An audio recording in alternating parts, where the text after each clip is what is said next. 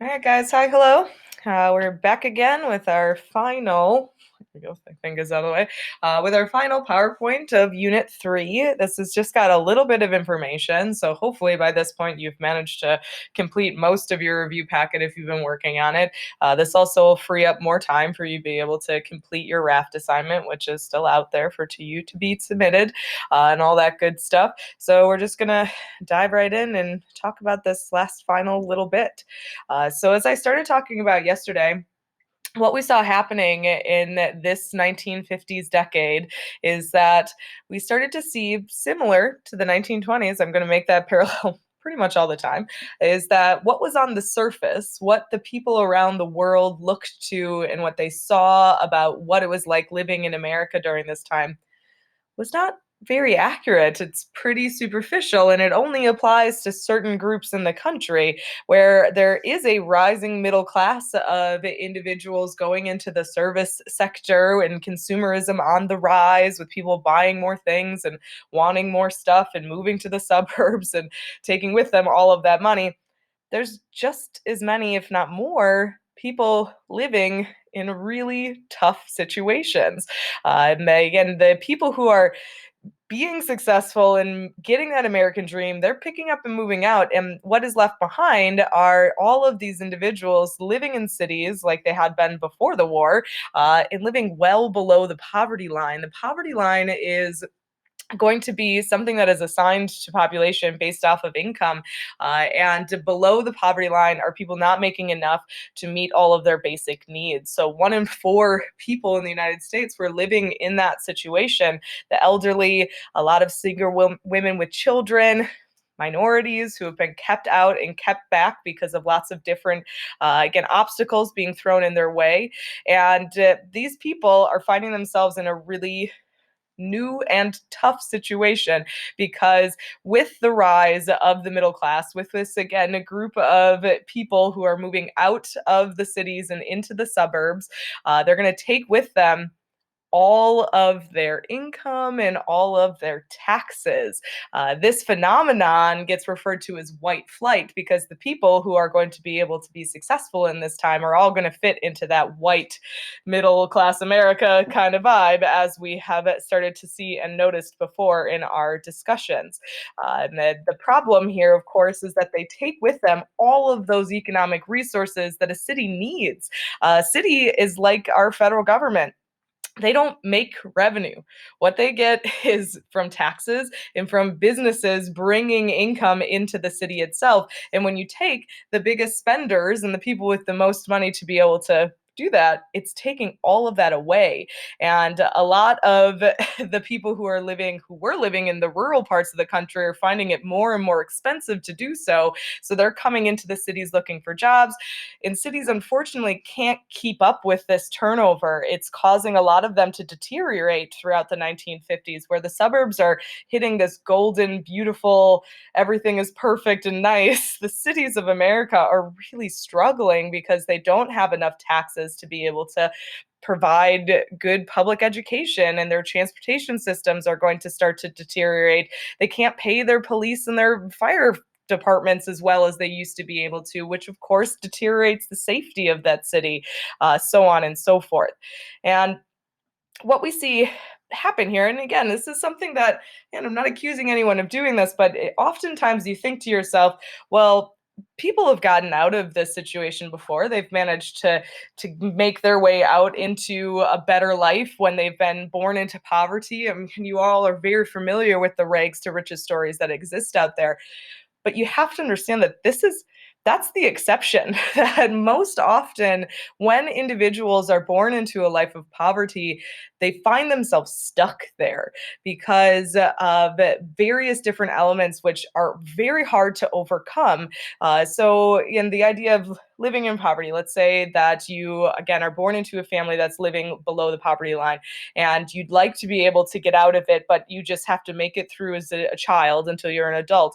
And then what ends up happening is that you get sick. Happens all the time. People get sick all the time. But because of the situation you're living in, you can't go to a doctor. You don't have those resources. So that means that you remain sick, and then you can't work or you can't go to school. And if you can't go to work, then you can't get a good education for a high paying job, you can't pay your bills. And then it keeps you into this cycle, which is very hard to break out of. And it's something that, again, disproportionately is going to be impacting groups in our country as opposed to those who are making it out at this time.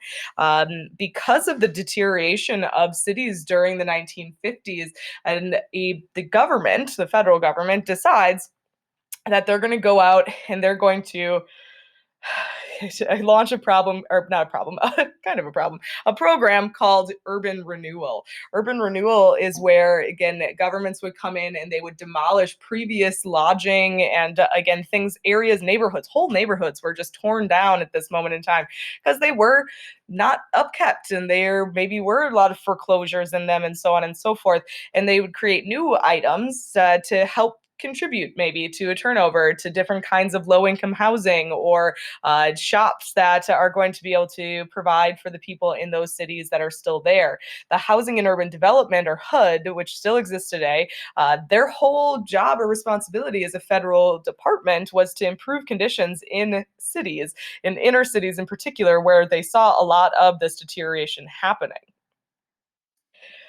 As I said, during this time, the groups of people who are going to be having to deal with a lot of these issues are groups who have been dealing with a lot of these issues for a long time. But now they're facing a new challenge in the fact that their cities are both falling apart and being torn down and turned over.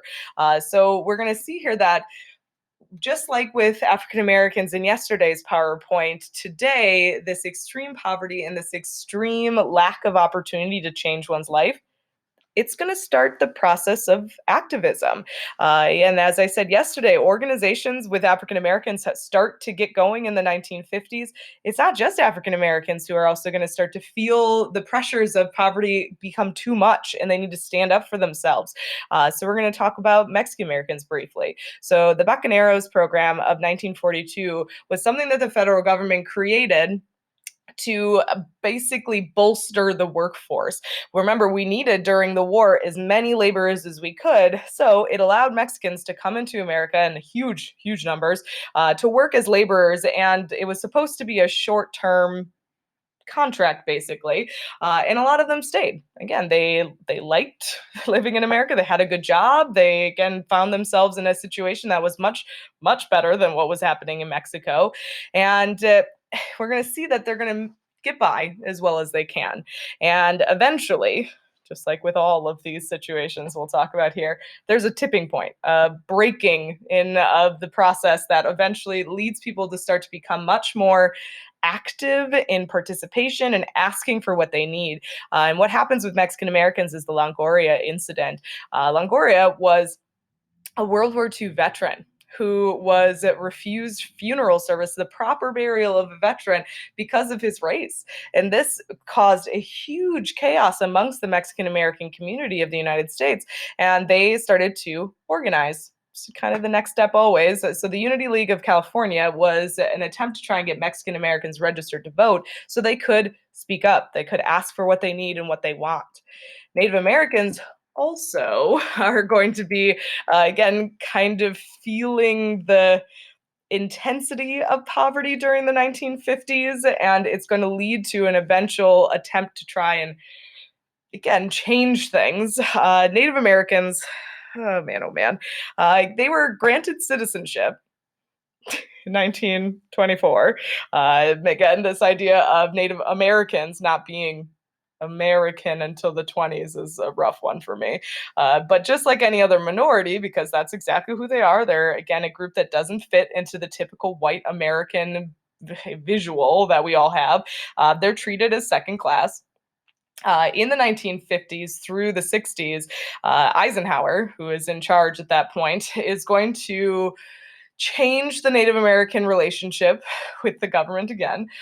He's going to pass something called the termination policy, which eliminated federal economic supports for Native American communities. It got rid of the reservation system. It took all those lands and tried to divvy it up amongst individual Native Americans. This, of course, was a huge destabilizing moment for Native Americans who, over the course of 150 years have become very reliant on the federal government, on their aid and their support, and all of a sudden they're taking that away from them. We're not giving them any kind of tools or support to be able to create something more independent. And many of them end up relocating to these cities, which are in these terrible states of disrepair, and they fail to find a footing. And this is going to lead them to become much more active in the 1950s, 60s, 70s in demanding that something change again to try and support them and make them feel better included in their country. This today, that's it. That's all we're going to talk about as far as this stuff goes. But the 1950s is a very interesting decade in American history because we have so many crazy things going on. Of course, we have the Cold War onset, and we've got this crazy economic boom, but it's limited. It's limited to a certain group of people. Not everyone gets to participate that. We have this interesting thing developing between the old and the young generations of our country and seeing how they react to each other and what becomes important to one group versus the other, what becomes important to both of them. All of this concludes our discussions on the 1950s. And of course, now we got to end this with work to be completed. So tomorrow, you're not going to have a daily lecture. You will have a short, again, informational, I guess, video that's about how to complete your assessment. But after you're finished with this today, the work that you have left to be done for American Studies is the raft writing assignment. This is on Classroom. It's got an example. It's got, again, all the things that you need there. You're just hitting the turn in button on there, getting that in by the end of school day. Of course, there's the Unit 3 review packet, which is optional, just like always, because on Wednesday, you've got your online assessment. This online assessment is, again, going to be a series of prompts where you're writing up short paragraphs